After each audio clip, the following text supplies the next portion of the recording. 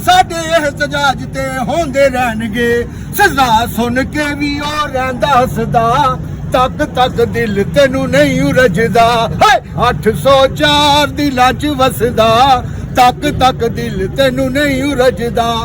आजा खान वे मैं वारा जान वे, आजा खान वे मैं वारा जान वे, दिल तेरे बाजू साडा नहीं लगदा। 804 दिलां च वसदा, तक तक दिल तेनू नहीं रजदा। ए सजा चोरा दित्ती है, उन्हां नूं ईमानदार बंदा नहीं चाहिदा, उन्हां नूं हुकूमत भी चोरा दी है।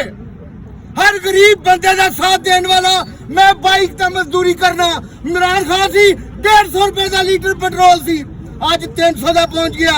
मजदूरी करिए पेट्रोल पालिए, ये चोर हुकूमत, हर बंदा चोर। ईमानदार पाकिस्तान च नहीं चाहिए सानू, सानू सिर्फ वो बंदा चाहिए जेड़ा लुटे ते लंदन नठे, लंदन दे विच फ्लैट बनान, मार दियो मैनू भी फांसी दे दियो।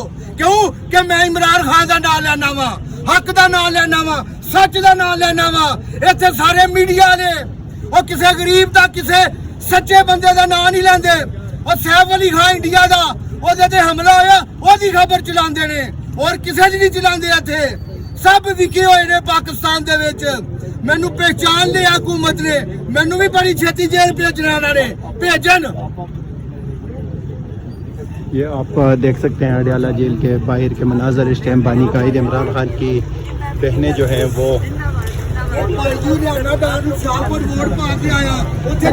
और वो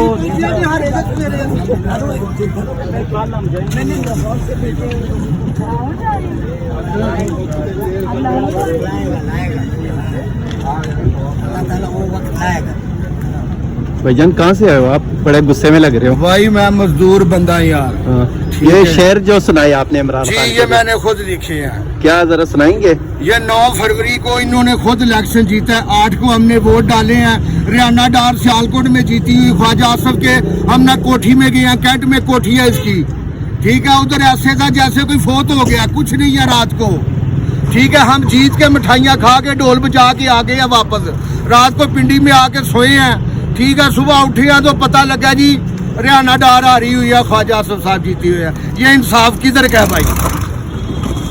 वोट किसी को डालो, निकलो किसी का। ये कौन, ये तो नहीं हो सकता कि शादी मैं करूं, बीवी किसी और की हो। इमरान खान के बारे में कहते हैं उसने तोशा खाना से चोरी की है और अलकादर यूनिवर्सिटी से पैसा खाया है। वो भाई अलकादर की वो इस्लामी यूनिवर्सिटी बनाई है, ठीक है। ये वो तोशा खाना किसने नहीं लिए?